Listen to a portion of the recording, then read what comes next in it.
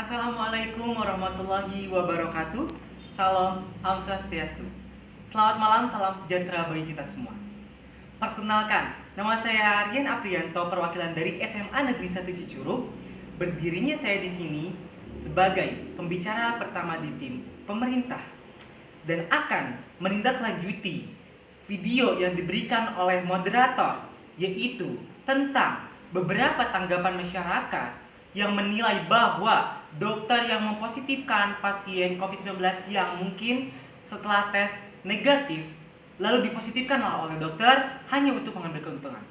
Mari kita bahas tentang virus corona terlebih dahulu. Virus corona ditemukan di kota Wuhan, China pada tahun 2019 lebih tepatnya, dan telah menyebar ke berbagai penjuru dunia dan tentunya ke negara kita, yaitu Indonesia. Menurut data Kementerian Kesehatan bahwa kasus di Indonesia sendiri terdapat dari 1,8 juta orang telah terinfeksi COVID-19 dan 1,6 juta orang diantaranya sembuh, lalu lebih dari 50.000 orang meninggal dunia. Sedangkan jika kita lihat daripada petugas kesehatan atau tenaga kesehatan, lebih dari 1.800 orang positif COVID-19. Yang menjadi pertanyaan, bagaimana bisa ketika seorang tenaga kesehatan yang telah menggunakan APD yang lengkap, mereka bisa tertular COVID-19? Dan data yang cukup mengerikan dan cukup mengenaskan adalah adalah tenaga kesehatan di Indonesia lebih dari 600 orang meninggal dikarenakan COVID-19 dan terbanyak di Asia. Bagaimana bisa ketika ketika masyarakat menuding bahwa pemerintah atau tenaga kesehatan mempositifkan pasien yang negatif lalu mereka mengambil keuntungan? Bagaimana bisa mereka bisa menuduh seorang tenaga kesehatan yang tugasnya menurut saya sangat mulia? Lalu ketika kita ulas balik lagi ke video tersebut, bahwa Dr. Tri Maharini menegaskan dokter dan para tenaga kesehatan bekerja sepenuh hati. Jika kami ingin mengambil keuntungan, kami bisa cari pekerjaan yang lain seperti pengusaha. Lalu poin penting yang akan saya sebutkan, yang pertama yaitu dokter itu mengabdi kepada bangsa Indonesia. Tentunya dokter tidak akan mengambil keuntungan dari yang namanya pasien positif COVID-19. Karena jika dipikir pakai logika sekaligus, dokter tersebut pun mereka rela mati-matian tidak pulang ke rumah, tidak bertemu dengan keluarganya. Mereka rela bekerja dan mengurusi kita sebagai pasien COVID-19.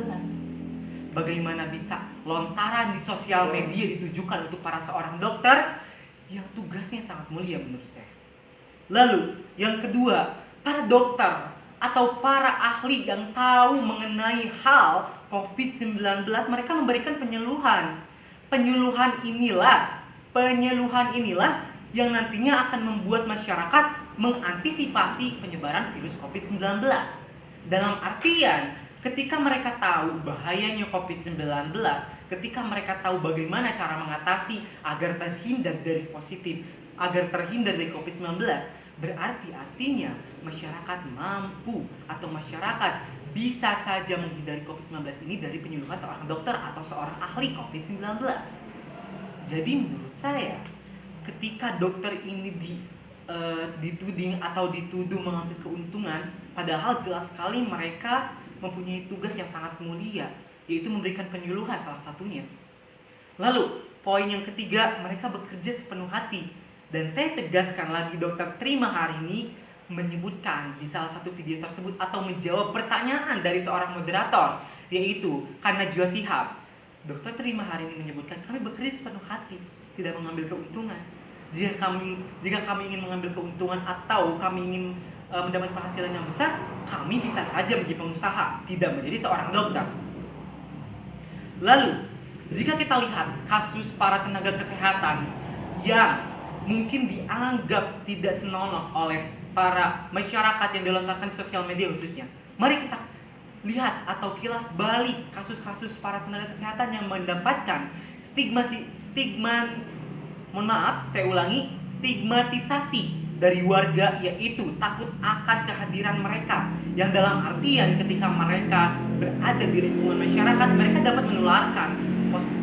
dapat menularkan COVID-19 ini di lingkungan masyarakat. Tentunya ini perbuatan yang tidak manusiawi menurut saya. Ketika seorang tenaga kesehatan, ketika seorang pekerja atau petugas kesehatan yang mengurusi kita ketika kita sedang positif COVID-19, lalu mereka pulang dan ditolak oleh warga dengan alasan mereka takut menyebarkan COVID-19. Apakah itu hal yang dapat membuat para tenaga kesehatan lebih menjadi semangat dalam mengurus kita? Tentunya tidak. Lalu, terdapat kasus di klinik Pratama Dwi Puspita, Kota Semarang. Seorang pria parubaya masuk ke dalam klinik tersebut. Lalu pria parubaya tersebut mendatangi administrasi dengan tidak menggunakan masker, yang dalam artian masker adalah salah satu cara untuk mencegah penyebaran virus corona.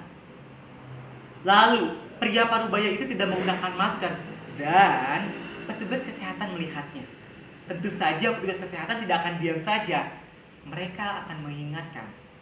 Lalu petugas kesehatan tersebut mengingatkan si pria parubaya ini butuh menggunakan masker. Tetapi apa yang terjadi sangat di luar nalar. Si pria parubaya menampar petugas kesehatan. Jelas sekali di sini bahwa pemikiran masyarakat yang cenderung lebih bawah dari petugas kesehatan yang membuat mereka tidak tahu atau tidak terima akan hal tersebut. Lalu, kasus berikutnya yang membuat saya tercengang dan prihatin akan kasus ini, bahwa ketika terdapat sebuah kasus di Semarang, lebih tepatnya seorang jenazah perawat RSUPD Kardi, Dokter Kardi maksud saya, di Semarang yang meninggal dunia karena terinfeksi. Lalu dikuburkanlah di tempat pemakaman umum Swakul di RT 06 Unggaran Barat, Kabupaten Semarang. Dan apa yang terjadi? Tentu ditolak oleh masyarakat dengan alasan mereka takut